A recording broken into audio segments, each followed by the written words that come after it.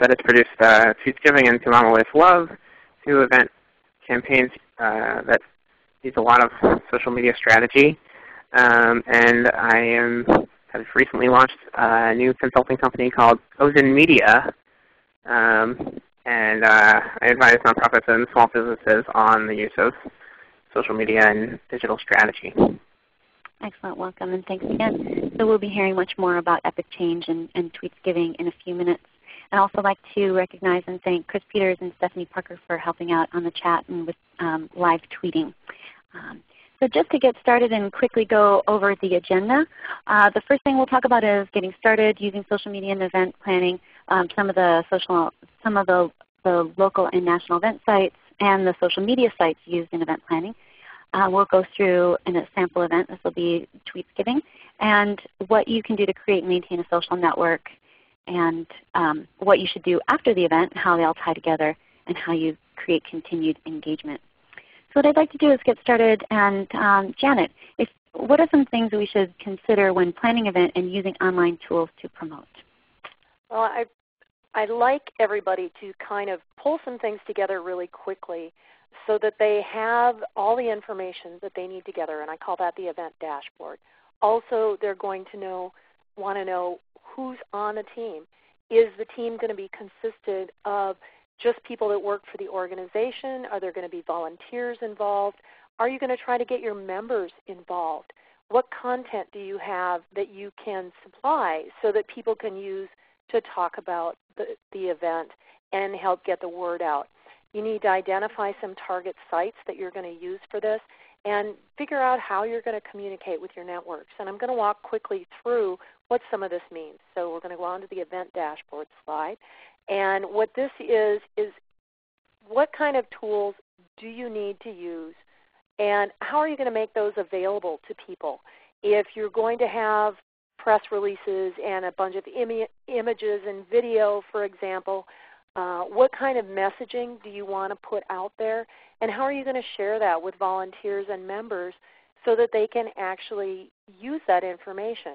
Now, I'm not saying that you want to script what you're going to have people say, but you do want to have the general messaging so that people understand what they need to say. How are they going to talk about it? What links are they going to use? What contacts do they need to have? Maybe it's a list of contacts for the event. Maybe it's a list of people who are volunteering. Keep all of this together in one place. And I'm going to give you a list of places that you can do that right now, but you can use sites like Boxnet to share all of this information and control that access so that your people who are promoting the event all have access to the same information and the stuff that they need so they can really get it out there and promote effectively. And as far as that goes, we're going to talk about your team. Is it going to be just staff? And maybe you want to restrict it to staff, but maybe you want to have volunteers involved. So you're going to want to add them to that Boxnet group. You're going to want to let them know how they can get the information. If you've got a large membership and you want them to help disseminate this information maybe to their social media connections or to their personal networks, make sure that you give them the information that they need. They should know all there is to know about the event and all there is to know about the organization so they can get that message out there effectively and share it without having to make up their own information sources. Sometimes these things can go kind of astray if people don't have the information that they need to talk about your organization. And you want to make that public so that they can get it easily and they're using the appropriate messaging. And again, I'm not saying that you want it structured, but you want to make sure that they understand what the message that you're trying to get out about this event is. That speaks to the content. Messaging in quotes, you don't really want to script this, but you can give sample tweets that you want to send out, maybe give paragraphs of information about the specific event so that people know what to do. Put stuff up on YouTube where people can embed them in blog posts if they want to blog about the event and share more information. related websites that people can use to pull together a blog post. When you're reaching out to the press, you want to make sure that all of this stuff is readily available. 2 free resources for that are box.net or forshared.com.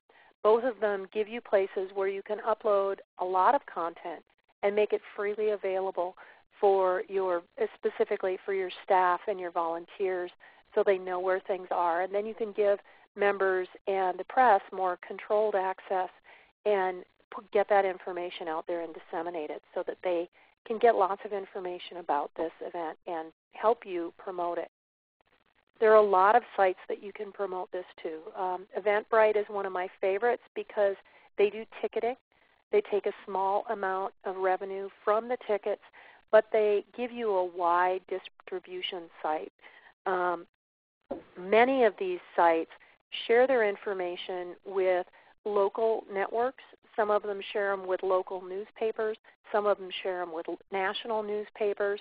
So when you post something on Eventbrite, for example, you can then post it to a Facebook page once the event is public. They share their resources with other networks, so you'll start to find that it shows up in a lot of unusual places. One way to find these kind of event posting sites, this is a list of national event sites, but you want to go to Google, go to Bing, do a search for local events, and find out where people are posting in your area. There may be small event calendars that you can post on. Some of the ones like Upcoming and Eventbrite also share with these event sites, but it doesn't really impact to have 2 events posted. On Upcoming, you'll often see multiple postings of the same event because people will promote the event themselves and then their supporters will promote the event. Don't worry about that. It's okay. As long as they're all getting the same information and it's all directing the traffic to your event and to your organization, it's totally worth it. So go ahead and let that happen. Yelp is a really good one. They have an event site, and then you can link that into reviews of the venue, of the organization. It gives people a way to share information. Facebook is, of course, really great because people can share these things with their networks. So do some searches. Find out where people are listing things and how you can get access to those. Once you list on 4 or 5 of these, you'll start to see that it'll come up in Google Alerts, and I highly recommend that you set up Google Alerts specific to the event, and you'll see that you'll get quite a few places that you hadn't listed it, but it comes up anyway. And all of that is really great for search engine optimization, to drive traffic to your website, to raise the visibility of the event. Great. Thank you, Janet, for that overview of getting started in the different sites that people can post to now. Avi, did you have anything you wanted to add to that? I would just add to that a lot of those sites are great for identifying local groups of meetup groups or activity groups that meet regularly that may be willing to promote your event if it resonates with their purpose of organizing already. So if you're a health organization, and there may be, you'll be able to on meetup.com and some of the sites that Janet mentioned, even browsing Facebook groups, for example, you'll be able to find groups that meet locally in your area around your issue. And they may be very receptive to you reaching out individually, personally, to ask them to announce your event at their next meetup. If you do that far enough in advance, you may get some more volunteers, or you may get some more people coming out of the woodwork who you didn't even know were active in your focus area nearby. So I guess the national sites, the event registration sites, not only for helping people find things through search, they're also great for you in terms of promoting and reaching out to potential activists and supporters of your cause. Great. Thank you. So let's move this discussion towards social media tools specifically. So Avi, can you talk to this point? Sure. So I guess social media sites can be used. I mean, you can. These are kind of bullets on the kind of things you'll want to keep in mind, and how these tools and communities can be used specifically for your events. I mentioned finding supporters for your cause who can either help run your event logistically as volunteers or promote it to their friends. We've got to even, I mean, we mentioned a hashtag for this event. You know, this is a virtual event, but there's a hashtag for it. And in the lead up to your event, having a hashtag can be a great way to enable supporters to share it with their own networks. And also let you cue into the discussion and answer questions that people have about your event as things come up, or if correct misinformation about the event, if you see any of that kind of thing going on.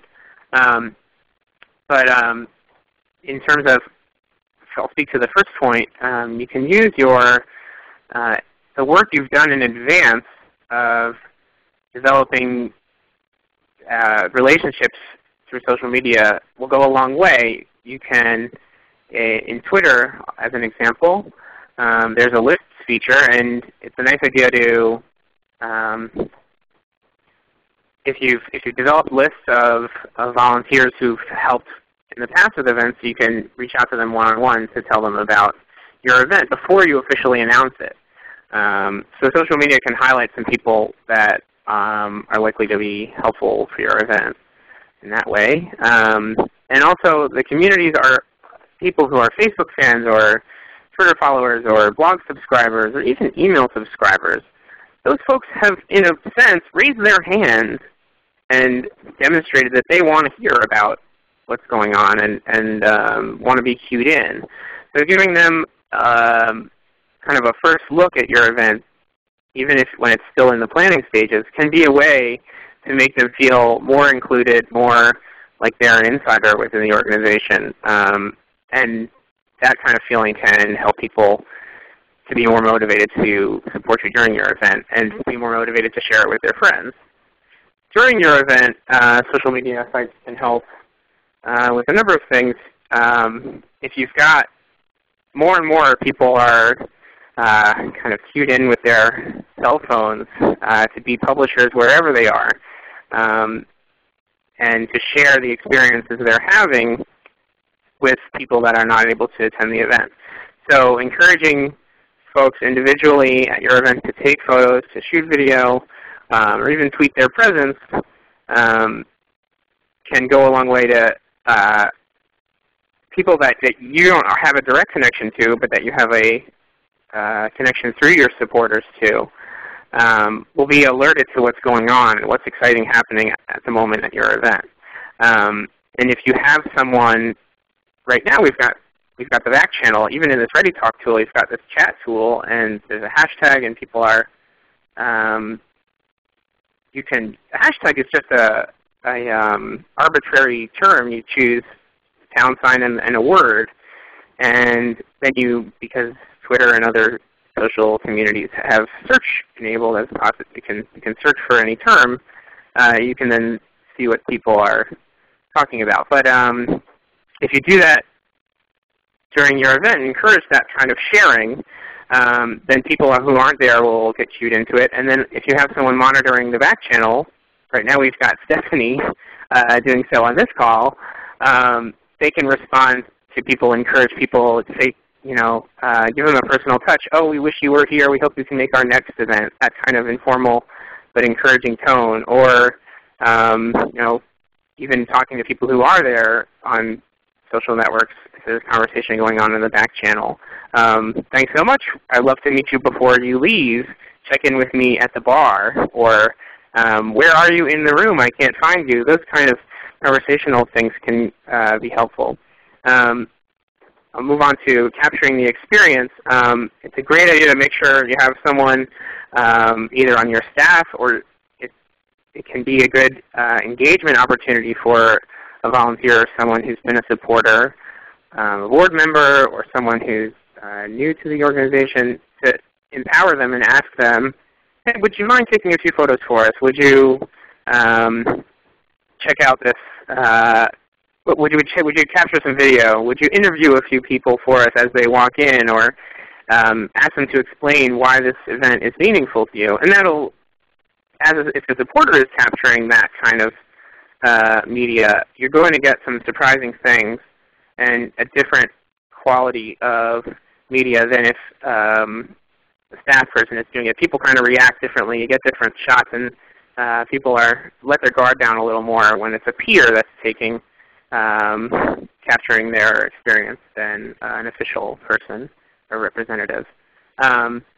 So that can be a great thing to capture, because then you can share it afterwards when you thank people, and you can celebrate the event. Those who attended can reminisce and remember the event and re-experience it and have another point of engagement with you, another meaningful moment, remembering how it was.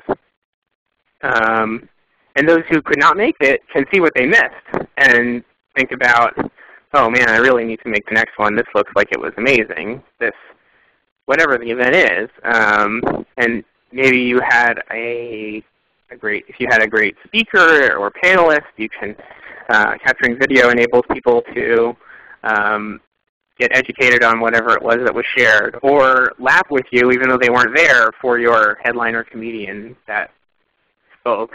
Or you could imagine a number of ways that sharing that media out, again, is helpful to having people have more meaningful engagement with your cause. Also afterwards, social media causes after your event can help you, social media networks can help you share out your reflections on why the event was meaningful and how this event specifically and the attendees made a difference, how the involvement in the event helped you reach your specific goals as a cause, whether it was raising funds to support something specific. Now because we raised X dollars, we're able to build whatever, or because we showed up and made our voices heard, legislation is being passed, or our lawmakers are reconsidering whatever the outcome is of the event. Connect it as best you can to the narrative of your cause and to the story of your cause and what you're trying to accomplish, so that people feel like their involvement mattered and they feel motivated to continue to support you at future events. And of course, thank people for coming. Thank people for their involvement. Take the opportunity to thank everybody who, from the most engaged volunteer who hustled for months to plan tons of logistics for your event, to the person who just retweeted, or ticket buyer. Thank everyone. And it helps. It can be helpful to thank people individually. And if you only have a cursory connection to someone or a limited connection to someone, they're just a follower on Twitter, but you've had a banter with them a few times, or they're only an email subscriber, but you know them and they haven't yet. They didn't even make. They haven't kind of gotten much more involved. That opportunity of thanking and reflecting can be an opportunity to bring people up the ladder of engagement. So this reflection can be, you can do it in person, but just like you made your announcements and initial recruiting using some of the national event sites and social media tools that Janet mentioned earlier, do this reflection publicly on your blog. Post a YouTube video or wherever you want to upload your media of this thanking process, personally but publicly, in your blog, and share it in your, share it out to whatever networks you've got, where those places where people have raised their hands and said, great, we're here and we want to be participating. Thanks, Avi. This is really, really good. I want to move to hear more about tweetsgiving and Epic Change. So can you tell us, walk us through this event that you helped organize? Sure. So tweetsgiving was the first year was not an in-person event. In 2008, it was a simple idea. We asked people, tell us what you're grateful for, and donate in honor of that for which you are most grateful. And together we'll build a classroom at our partner school in Tanzania. In the second year, we asked people to throw a gratitude party and celebrate gratitude in person with their friends with us in whatever city they're in across the world. And so a few months before Thanksgiving, this was around Thanksgiving, we put the word out that we were an open call for volunteers. If you're motivated to, or you were inspired by our success with last year's virtual event, we love your help going forward to throw something in your community. And so we empowered people to do the engagement for us. We couldn't be everywhere for a global event. The Epic Change staff is quite small. But by creating an effective dashboard like that, like what Janet mentioned earlier, we had, and this is in the notes that you'll get. There will be a handout with a link to an example linking to the dashboard that we use, the resource page. It was just a simple web page, and it had, and I'll go back to this slide. So we enabled our supporters with resources that, press releases and logos and image files and things that they could use to make T-shirts and whatever. And people just surprised us. We didn't know what we were going to get, but people in different communities, we kind of, a lot of it was initially one-on-one reaching out to people who had conversations with our executive director already, or who had volunteered in the past, or who we remembered. We remembered from the previous year or from past times had retweeted our articles or our blog posts or posted to our Facebook wall. And we got on the phone a lot. And some of that was direct messaging people in Twitter to, hey, we know you've been involved in the past. Would you be interested in this? And then sharing the link to the call for volunteers. And then, the worst that happened was people said, I'm too busy and this isn't something I can handle.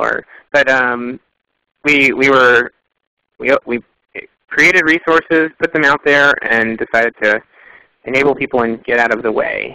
And that was very helpful. We wound up with 38 events, but this kind of strategy can work for a single event, of course.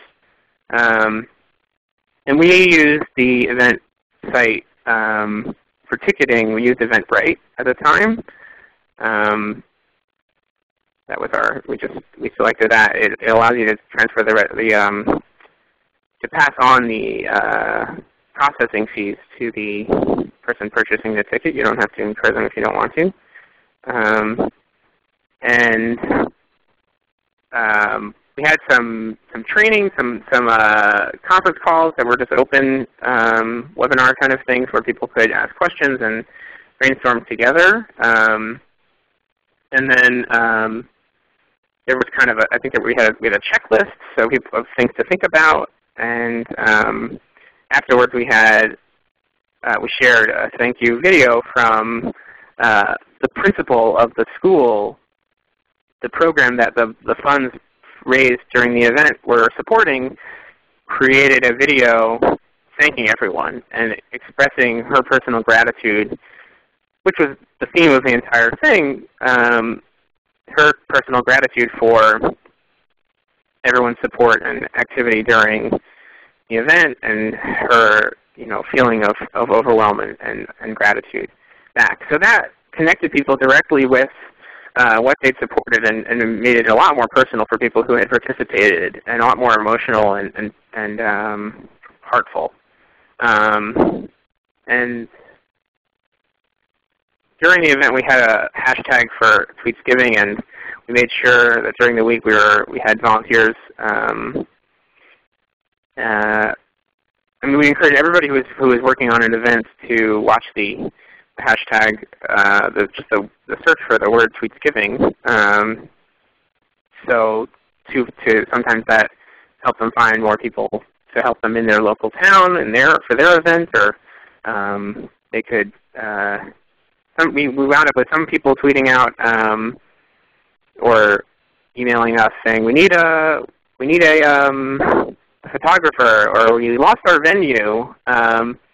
So then we were able to tweet out to our followers or put it on Facebook that we needed a photographer in Dallas, or then does anyone have an emergency? And because we had this network that was already engaged, they were helpful, and people responded and said, "Oh, here's my cell phone. Hand it off to the person that needs it, and I'll try and make a connection." So the tools or communities that we used were, and that you can use for your event are. It's not really essential which tool you use. It's just remembering that it's a conversation and it's a personal connection. There's real people behind the tweeting and real people receiving each message you write, whether it's a tweet, a Facebook post, an email, a blog post. There's a person receiving that, and you can get them on the phone or meet them in person and engage and respond to their needs through the experience of your event. I want to be mindful of the time. If you wanted to quickly go through the last two bullets, and then we'll go back to Janet. I think we can move on. Okay, great. So again, we'll be sending out in the follow-up message the PowerPoint, but also this really great resource guide that was put together by Janet and Avi that has links out to the things that Avi was mentioning.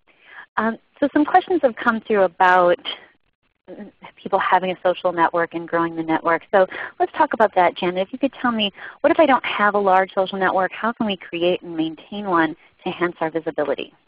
Well, there's a couple of things to remember about networks, and one of them Avi touched on with, remembering to thank people and keeping in touch with people after the event so that you have them when you need them next time, and keeping that loyalty so that they're there.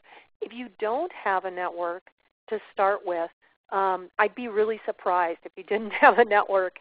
You just need to look at what your personal network is. If it's not online, start finding out who is online that is already in your community. Are they volunteers? Are they members of the organization? Are they people on the board who can have some impact on their own personal networks? I like to think of the whole event promotion system as leveraging the networks that you have. It doesn't matter how big they are or how small they are. It doesn't matter whether you have millions of followers or hundreds of followers.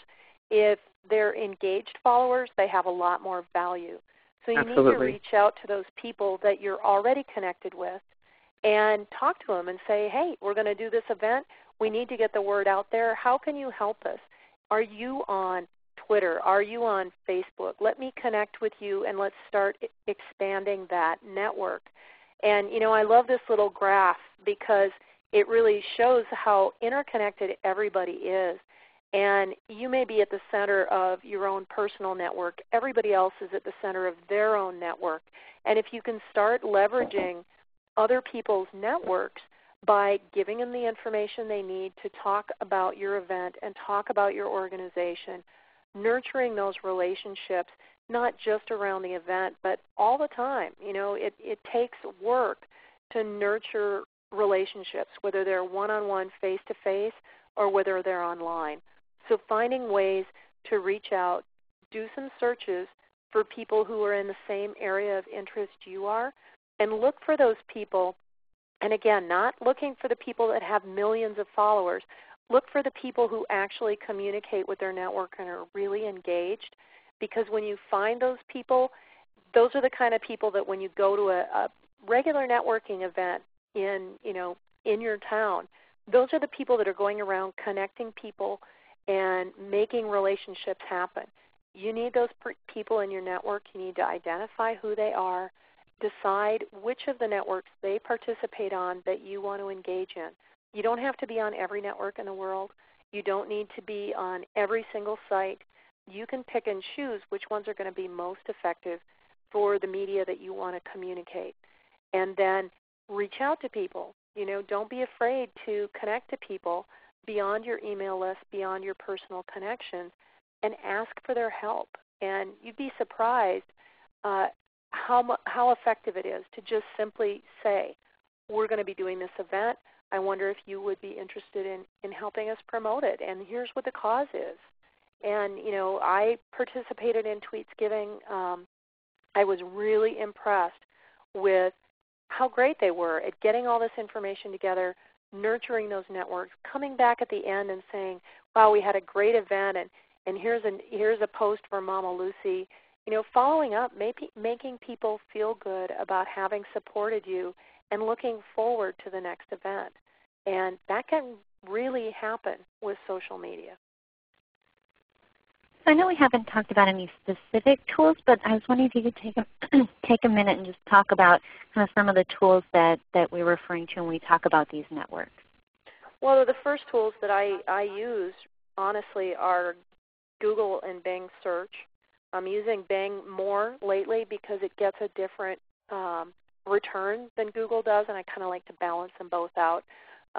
Maybe not everybody cares about that, but Google is really great. Google Alerts. Another tool to look and find social networks is Social Mention. It's a free tool. You can set it up, and it does alerts like Google Alerts that are actually, I think, more effective than Google Alerts. They come back to you with an email about any mentions of the keywords that you give them. In social media across the networks, blogs, forums, Twitter, Facebook, not just the big three. So it really gives you a lot more information. And you can cross-reference that. Look at your membership list, look at the people that you know, and you might be surprised to find that people are out there already talking about things that you need to get involved in, that you want to communicate with. So there was one question that Jane had on the chat. What was the social network search alert? And you said that was Social Mention? Yeah, Social Mention is a really good one. Okay, and we'll be sending a link out in the post-event. So that's great, as well as, we've kind of been skirting around Twitter because we've been talking about followers, but also having a Facebook page and having people as your fans is one way to get people to connect with them and then also promote out to their networks, as well as LinkedIn is a possibility. Are there others that you'd like to add to that list? Yeah, I think I try to avoid mentioning specific networks, basically because no one network is perfect for anybody. Facebook pages are really great as long as you can promote them and you can keep them going, because there's nothing worse than going to a Facebook page and finding that after the event they never updated it again, and then they ask you to join the event and you go to the event page on Facebook and it hasn't been updated in a year. To me, that kind of shows a lack of involvement and nurturing, and I'm not sure that I want to participate then. So if you're going to set up a Facebook page, you need to make sure that you're going to be able to maintain it after the event and that you're going to be able to keep it going. I saw a question on here about the difference between Facebook pages, groups, and causes. Facebook pages are publicly searchable. Some groups, you have the advantage of being able to email the group, but I really prefer Facebook pages for this kind of thing. I think you get really good involvement on both of them. So you really have to weigh that out, but I think pages are better for search engine optimization, and also when you publish something from Eventbrite, for example, it can publish content directly to the Facebook page. I find them a lot easier to manage than groups with some of these tools like TweetDeck and Seismic that allow you to post to Facebook pages. They don't allow you to post to groups. And so from that kind of a management standpoint, I find them a lot easier to use. I'm going to cut in here for a second because I want to let everyone know that we recently did an Intro to Facebook webinar that kind of goes into the groups and pages and causes deeper. So I'll be sure to include a link to that. But I did want to move on to talking about, which is a segue after the event you mentioned. And I want to throw this back to Avi. You mentioned a few things earlier about having people take pictures and whatnot. So what are some other things that we can do after the event to keep people continuing support of the organization? So I just want to add one thing to the tool discussion, which is that telephone and email, whatever network you share them with, can I think are great tools not to be ignored before, after, and during for getting volunteers or moving people up the ladder of engagement. And that's why I've got this ladder image here. After your event is over, you'll want to make sure you thank everyone. I mentioned this in the context of how we thank people for tweetsgiving. But try and think of some creative way to make that thank you personally. If you can connect people with a thank you from the people that the event supported, that's great. If it's from someone on your staff or all of your staff, or make sure you just make that thank you publicly, and also individually to people who are really helpful in supporting your event. You'll also want to share out whatever's captured during your event, whether that's media, video, photos, or reflections written on a blog from you, or media that your staff captured during the event, or people who attended may have captured video and stuff and pictures from their own cameras, or have written reflections on why the event was meaningful to them on their own blogs. And you can link out to those and thank people for, and that'll make both people who, as people see that you have that practice of shining a light on the reflections that they write, that encourages further reflection and people to publish online about their experience with your cause for future events. And at the event, you can let people know about that when they upload photo or video or blog posts, whatever, to their own social networks, if they tag it, share the hashtag with them, then in the days, 2 weeks after your event, you can search on some of the content websites, YouTube or Flickr or Google blog search. Janet mentioned Google Alerts. So long as people tag the media that they compose in reflection of your event, you'll be able to see all the things and rely on participants and volunteers to have captured it. And they may have gotten a better shot than you did. Their video may be more heartful or more meaningful, or capture some tidbit that was really interesting that's relevant to everybody involved in the cause. So both publishing media that you capture as an organization and spotlighting media that you find and that people share back with you that they've captured can be really helpful to sharing it out with people who weren't there and helping people re-experience the meaningful parts of your event.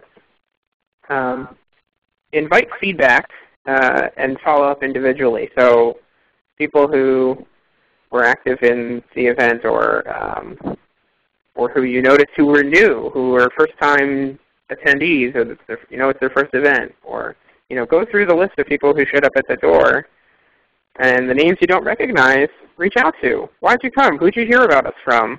And that kind of work can sometimes be done best individually. If on your sign-in sheet at the door, or in the registration process initially, you collect people's emails, phone numbers, and Twitter handles, then you can engage them online and afterwards and say, we noticed that you can message them privately and say, have you you chat for a few minutes? Or is there a time we can reflect together on? We'd love to get your feedback on why you came and what we could do better, what you'd be motivated to be involved in. So I'm going to break in so we can take some question answers. So this was really great, and what I want to stress in my own experience with a nonprofit that I run on the side is that we have access to so many more people through the networks that we have. So just think about it as a conduit out to more and more people, so the more excited your direct followers have about your organization, they can increase excitement in the people that they know.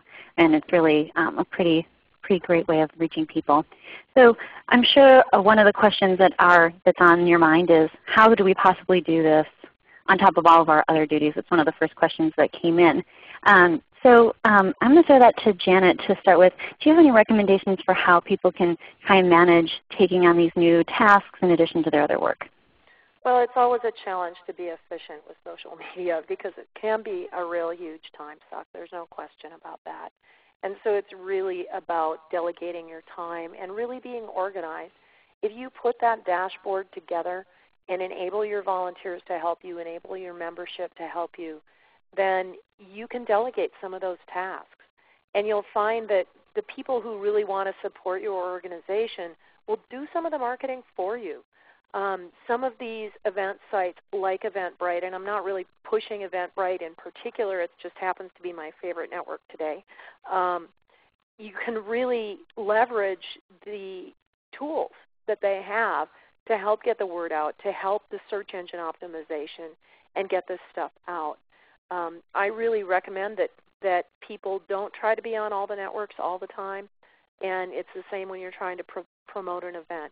Pick the networks that you think are going to be the most applicable to what you're trying to do and stick to them. Creating a new presence on a new network for an event that's next week is not going to help you because it's too late. You need to develop the networks in advance of the event if you possibly can. And if you can't, focus on one network that you're going to get it out there on because you don't have time to build brand new networks in multiple places for an event that's next week. And a couple of people have chatted in questions specific to the dashboards. So I know that there are links in the resources guide that you and Avi put together. Perhaps, Avi, you could mention kind of what your dashboard looked like, or let people know what to expect when they get that resource guide. Sure. See if I can pull that up. I guess you'll want to have resources on there on your dashboard so that volunteers can, you can put things like sample tweets for people to let their friends know about it, a blurb, sample email blurb, just a paragraph and a headline, time, location. You have that prepared anyways already for your email newsletter probably, but you want to put that in one place on the dashboard so people can share it to email lists that they are on and that they participate in, and directly to friends. Put photos or videos of things relevant to just introductory media about your cause and about the event in particular. If you have a press release, either a downloadable PDF that people can share if they get inquiries from news sources. Certainly links to your all your Facebook, Twitter, how to subscribe to your email lists, those kind of links. And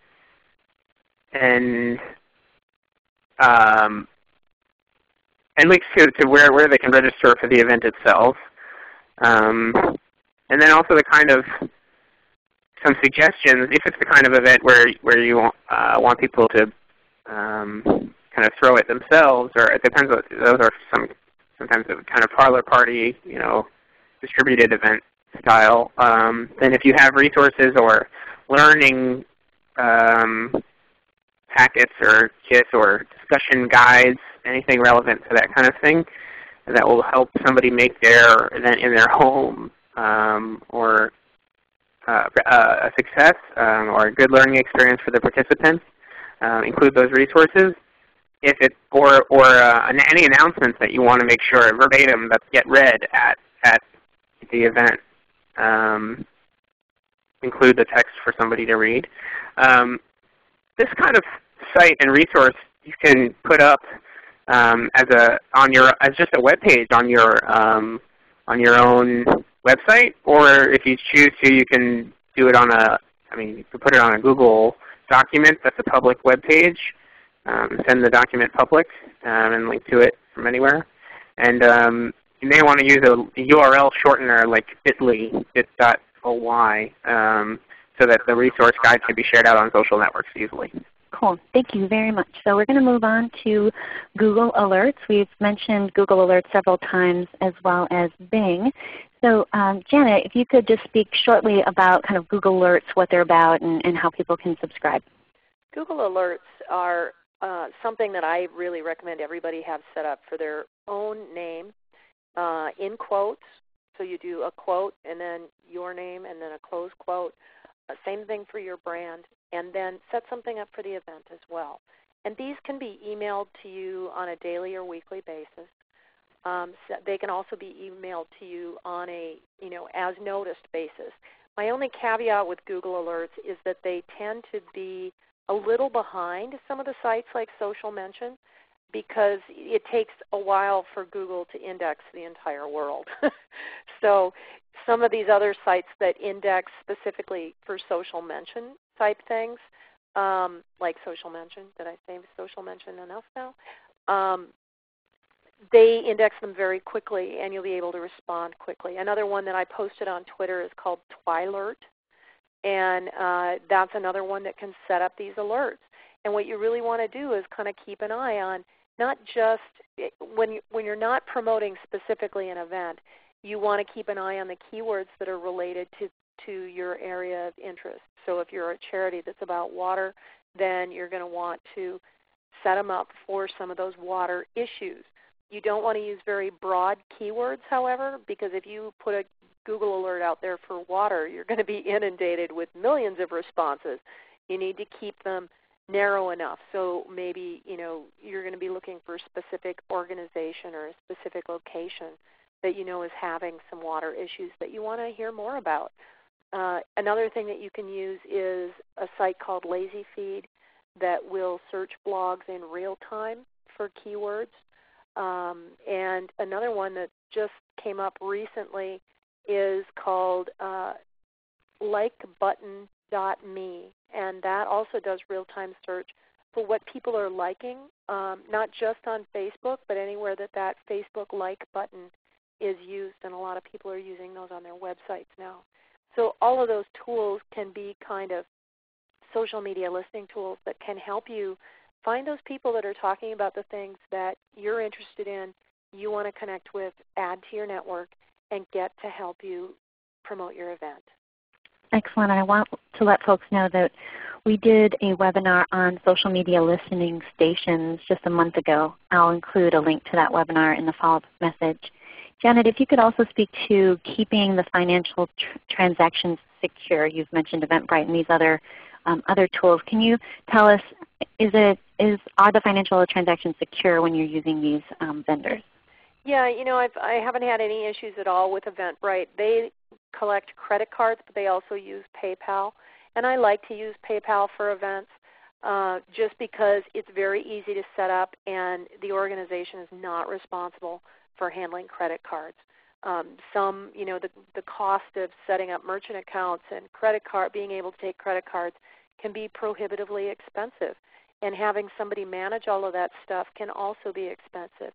So finding sites like Eventbrite, meetup.com for a small event also will accept payments. And so you can do those and avoid having to handle the money yourself. That way everything's more secure and just a lot easier to manage. One of the things that Eventbrite in particular does is they will actually give you, and they have an iPhone app that you can check people in and know whether they've paid or registered for the event or not. But they also give you downloadable check-in slips. So, some of these things just take a certain amount of load off what you need to do on event day. Great. Now, Avi, this question is for you. Coming in from Second Life, how can you reach new audiences and leverage high-profile bloggers to help you grow a campaign. And this is more for long-term events as opposed to just one-off.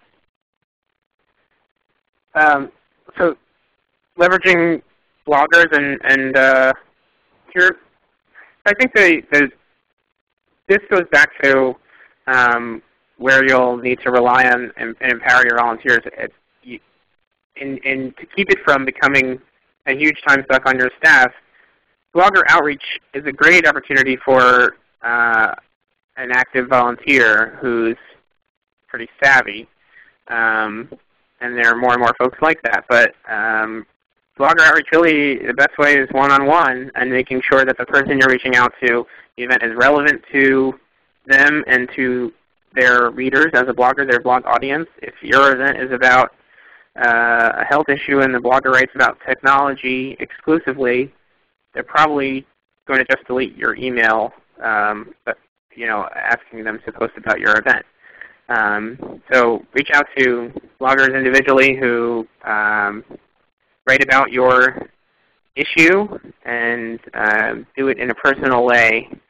Make the outreach as personal as possible and short as possible, linking out to resources and announcements. A good place to find bloggers, aside from all the search tools that Janet's mentioned, is alltop.com, ALLTOP.com, alltop. And you can search in there by issue or topic and find a lot of bloggers from huge blogs with large audiences to small blogs just passionately written by people who may care about your topic. So it's a great place to find some folks. Great. And Janet, did you have anything you wanted to add to that? Yeah, I noticed that somebody was plugging brown paper tickets in the chat too, and they really are really great. They're very secure, and they work specifically for nonprofits. They're geared towards dealing with smaller nonprofits as well. So you don't have to be some big corporate deal to use some of these ticketing sites and take that load off your staff. Well, thank you both. That's all the time that we have. There's some more questions to be answered, but I hope that you can, for those of you who are waiting for your questions to be answered, to spend some time to post that to our community forums and have them answered there, because I do appreciate your interest, and I'm sorry that we didn't have the time to get to it. But here's a link to the short URL that coworker Chris will send to you over the chat. And this will bring you to the community forum. So please go there and see the other questions that have been posted and post any questions that you have. Also, if you're new to TechSoup and you only know us by our webinars, we've got a lot of other great resources. We have donated software, our community forums that I mentioned, a lot of really interesting articles in a blog, as well as we post upcoming events and conferences all on TechSoup.org. We've got a couple of really interesting webinars coming up next week. We'll be going over getting started with TechSoup's product donation program. So if you haven't yet requested a donation through our product program, this would be a great webinar for you to attend, as well as the week following, focusing on libraries and how they're using flip video cameras. Really interesting things happening there. And we would like to thank ReadyTalk. This webinar is made possible by ReadyTalk, which has donated the use of their system to help TechSoup expand awareness of technology throughout the nonprofit sector.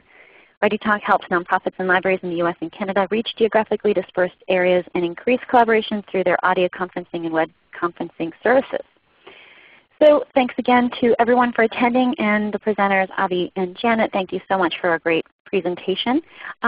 Watch for an email from me in about 2 or 3 hours with links to all of this resources discussed, the recording, as well as PowerPoint and the resource guide that we mentioned. And please just contact me at any time if you have any questions, and take some time to complete our post-event survey. So have a wonderful day. Thanks a lot, and we'll talk to you soon. Bye-bye. Thank you. Please stand by.